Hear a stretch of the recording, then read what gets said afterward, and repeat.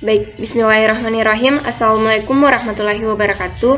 Baik, di sini kami akan mempresentasikan tugas yang telah diberikan dan kami mengambil judul pemanfaatan komputer di bidang transportasi. Adapun nama-nama teman kelompok saya, Nurhandayani, Syahrini Rahmadi, saya sendiri, Rahma Islamia, dan Vina Serli. Baik, untuk mengefisienkan waktu, langsung saja saya akan menjelaskan mengenai materi pertama. Pemanfaatan komputer yang akan dibahas yaitu dalam bidang transportasi. Transportasi merupakan kegiatan memindahkan manusia maupun barang dari satu tempat ke tempat yang lainnya. Dulu, transportasi telah menggunakan cara tradisional, namun seiring berjalannya waktu dan berkembangnya teknologi dan ilmu komunikasi, transportasi dapat dikelola melalui komputer dengan cepat dan instan. Semua kegiatan bidang transportasi tersebut tidak lepas dari penggunaan teknologi informasi dan komunikasi. Lebih detailnya adalah dengan menggunakan bantuan sistem komputer pada transportasi darat di kota-kota besar dunia. Sistem komputer digunakan untuk membantu mengarahkan lalu lintas. Sistem komputer dapat menentukan apakah lampu harus berwarna merah, kuning, atau hijau, tergantung pada keadaan lalu lintas. Demikian juga pengaturan lalu lintas pada kereta.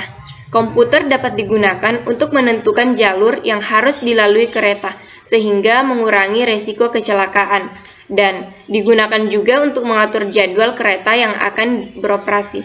Demikian pula di sistem komputer yang ada di bandara.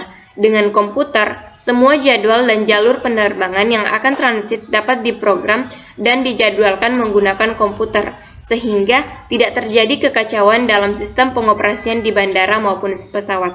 Baik, materi selanjutnya akan dijelaskan oleh teman saya. Baik, saya atas nama Nurhandayani akan melanjutkan materi dari teman kelompok saya, yaitu komputer digunakan untuk membantu sebuah pesawat ketika akan melakukan lepas landas dan juga pendaratan. Pada ruang pilot, komputer digunakan untuk mengendalikan pesawat, mulai dari lepas landas, pada saat terbang, sampai dengan saat pendaratan pesawat. Dengan sistem komputer, pilot dapat mengatur kendali pesawat, menentukan posisi pesawat, menghitung ketinggian, mengatur kecepatan, hingga mendeteksi secara dini keadaan cuaca yang dapat membahayakan pesawat terbang. Demikian juga penjualan tiket di terminal, bandara, dan stasiun yang dapat dilayani dengan cepat menggunakan komputer, seperti halnya e-ticketing. E-ticketing atau penjualan tiket online merupakan salah satu cara bagi orang membeli tiket untuk acara lokal. Semua informasi mengenai elektronik ticketing akan disimpan secara digital dalam sistem komputer milik perusahaan. Sehingga orang-orang sekarang tidak perlu keluar rumah untuk membeli tiket lagi. Mereka dapat melakukan transaksi tersebut menggunakan komputer di rumah. Selain itu, e-ticketing adalah peluang untuk meminimalkan biaya dan mengoptimalkan kenyamanan penumpang. E-ticketing mengurangi biaya proses tiket, menghilangkan formulir kertas, serta meningkatkan fleksibilitas penumpang dan agen perjalanan dalam perubahan-perubahan dan dalam jadwal perjalanan. Sistem e-ticketing ini memudahkan orang untuk membeli tiket pada berbagai acara dari situs internet. Tiket dapat dibeli dengan cara membayar menggunakan uang tunai, cek atau kredit, atau kartu debit. E-ticketing ini juga dapat mengurangi resiko ketinggalan tiket, hilangnya tiket, serta rusaknya tiket. Baiklah, materi selanjutnya akan disampaikan oleh teman kelompok saya. Baik, di sini saya akan melanjutkan materi yang telah dipaparkan oleh Saudari Nurhandayani, yaitu komputer dalam bidang transportasi juga dapat dimanfaatkan untuk melakukan penjualan maupun pembelian alat transportasi seperti sepeda, sepeda motor maupun mobil. Pembelian dapat dilakukan melalui komputer dengan melihat tampilan serta detail dari kendaraan yang dijual, serta pembayaran pun dapat dilakukan dengan online. Dan data pembelian akan tersimpan dalam komputer tersebut. Selain itu, pada kendaraan rata-rata telah dipasang alat untuk melihat lokasi seperti GPS. GPS sendiri adalah sebuah sistem navigasi berbasiskan radio yang menyediakan informasi koordinat posisi, kecepatan, dan waktu kepada pengguna di seluruh dunia.